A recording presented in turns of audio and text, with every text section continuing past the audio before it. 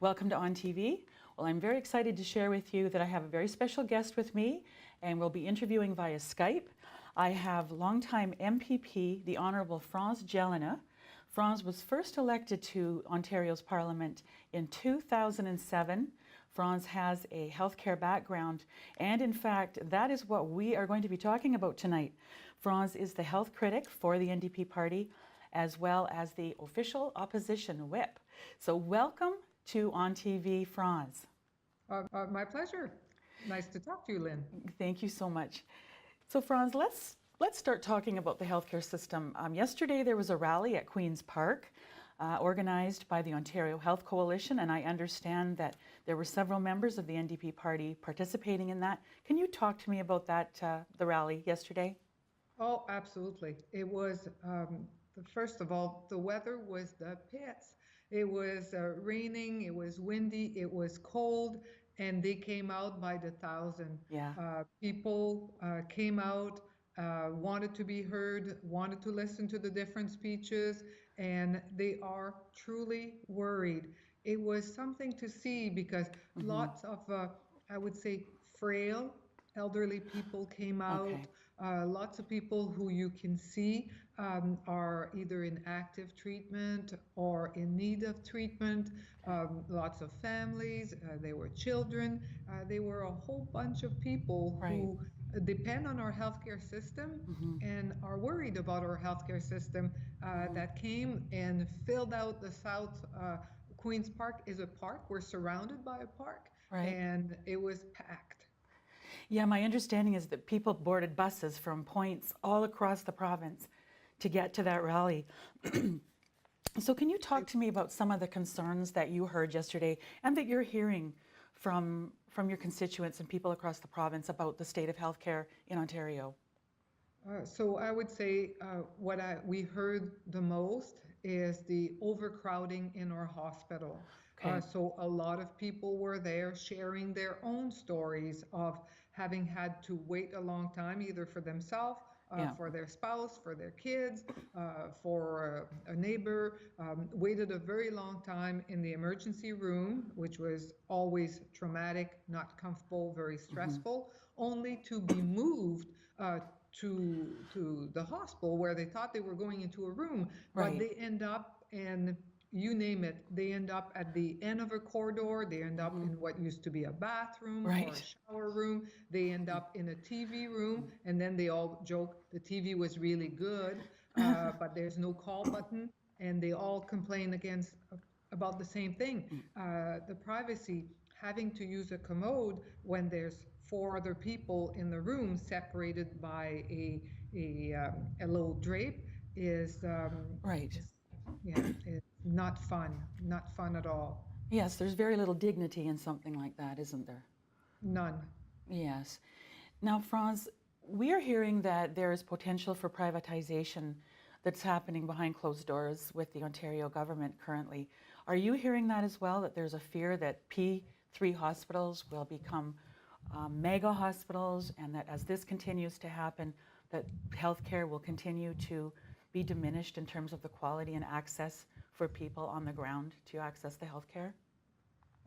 We heard that lots, and we have proof to show that it's actually happening.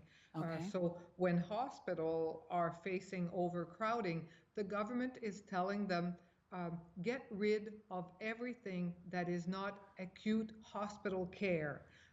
So if you have a screening clinic, send it to the community. If you do colonoscopy to screen for colon cancer, send it to the community. If you do cataract surgery, send it to the community. If you do basically anything that does not require 24/7 nursing care, send it to the community.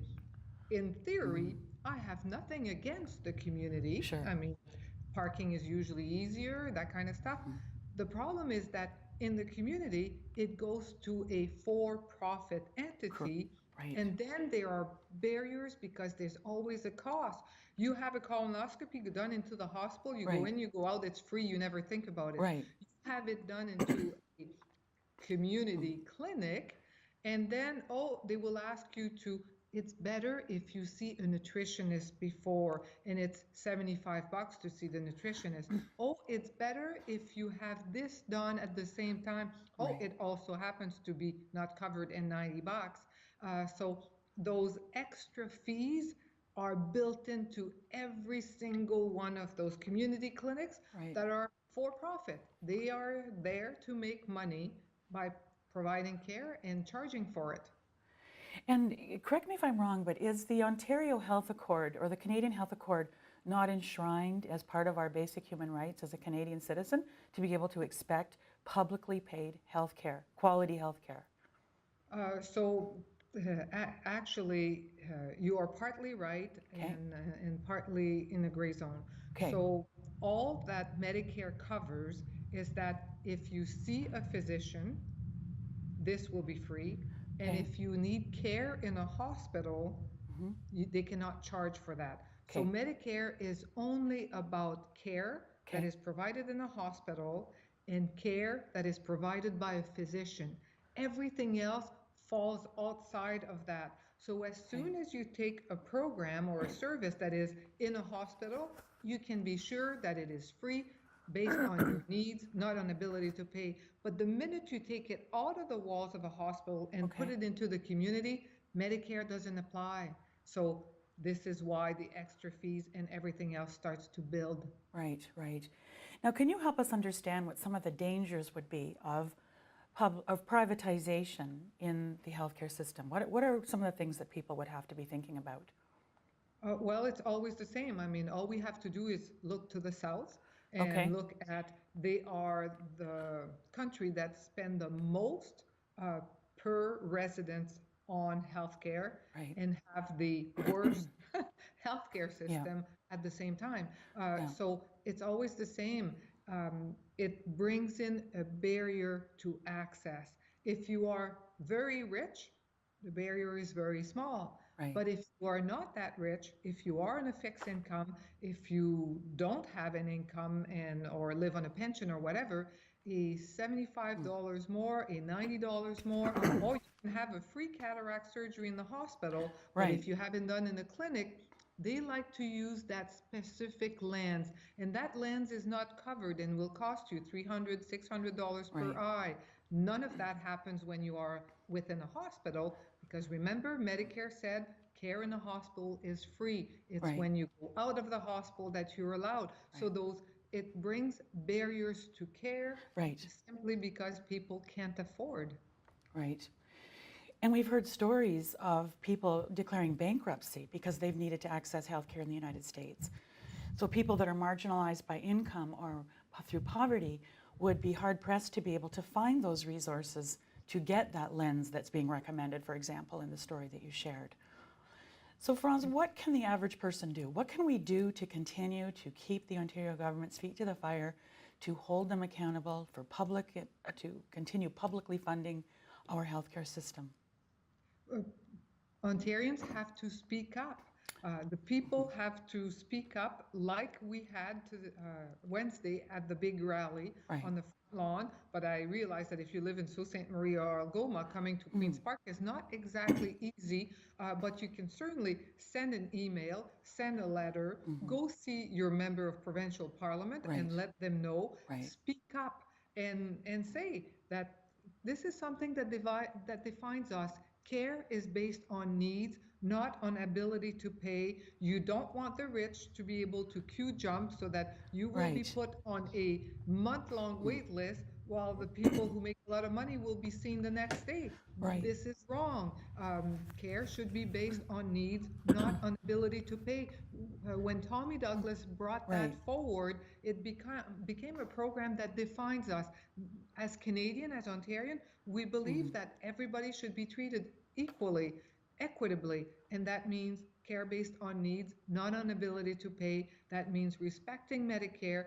If you take a program, I can see when Medicare was put in place in the 1960s, very little were done outside of a hospital. Now technology has Right. evolved and a Mhm. lot of services can be done in the community, but you still have, if you take the program from the hospital, put it out in the community, the paramount of Medicare has to Yeah. follow with Mm. it. You have to have accessibility and transparency to make sure that those services continue to be based on needs, Right. not on ability to pay.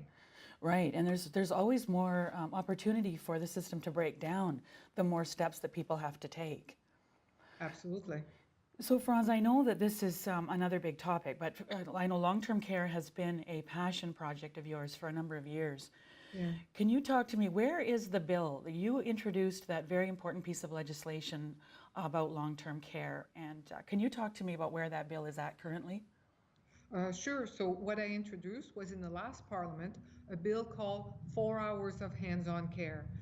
So Ontario, in actually up to 2007, we used to have a mandated minimum hours of hands-on care. At Right, the time, it was 2.25. It was way too low. When the government, it was the Liberal government at the time, when they put the new bill, they say we're not going to put the number of hands-on care in the bill because it could okay. change, et cetera, et cetera. And it went downhill from there because long-term care homes do not have to report on it anymore because it is not in the law anymore. We don't know where it's at. Right, We know that for many residents, it does not meet their needs. right, And we know that with 4 hours of hands-on care, if you qualify to be in a long-term care home, that's because you have needs that require at least 4 hours of hands-on care per day per resident. right, So the bill passed second reading, yeah, but it died before the election. okay. Um, we've had a new parliament reintroduced, and it has not been debated yet. All right, so you have to start over again with the bill? We have to Uh, start at square one. oh, for the love of Pete. Yeah. That was such a remarkable piece of legislation. I would love to have seen that get through. Yeah, me too.